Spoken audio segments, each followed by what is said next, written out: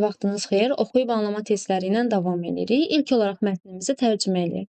Online learning has become increasingly popular, especially after global disruption in education. Bir onlayn təhsil sistemi, onlayn təhsil getdikcə məşhurlaşır, xüsusilə də təhsildə olan qlobal pozuntulardan sonra. It offers flexibility and allows students to learn at their own pace. O deyir, çeviklik sunur. Həmçinin də deyir, tələbələrə, öğrencilere öz sürətlərində öyrənmələrinə imkan yaradır.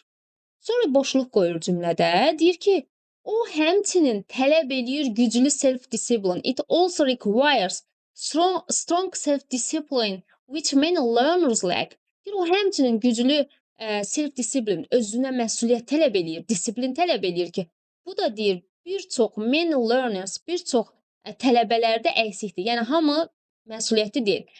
Mətnə baxarkən, boşluğun birinci hissəsi ilə boşluğun sonraki hissəsi arasındakı fikirlərdə ziddiyyət gördük.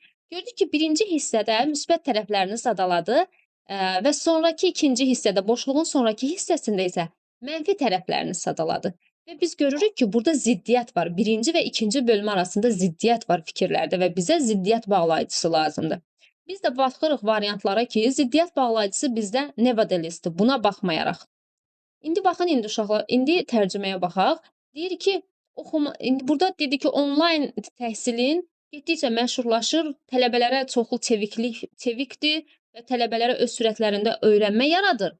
Sonra indi ziddiyyətli fikrə keçirik. Nevertheless, buna baxmayaraq da onun da həmçinin mənfi tərəf var. Yəni o da buna baxmayaraq o həmçinin özünə disiplin tələb edir ki, bir çox tələbələrdə bu əksikdir.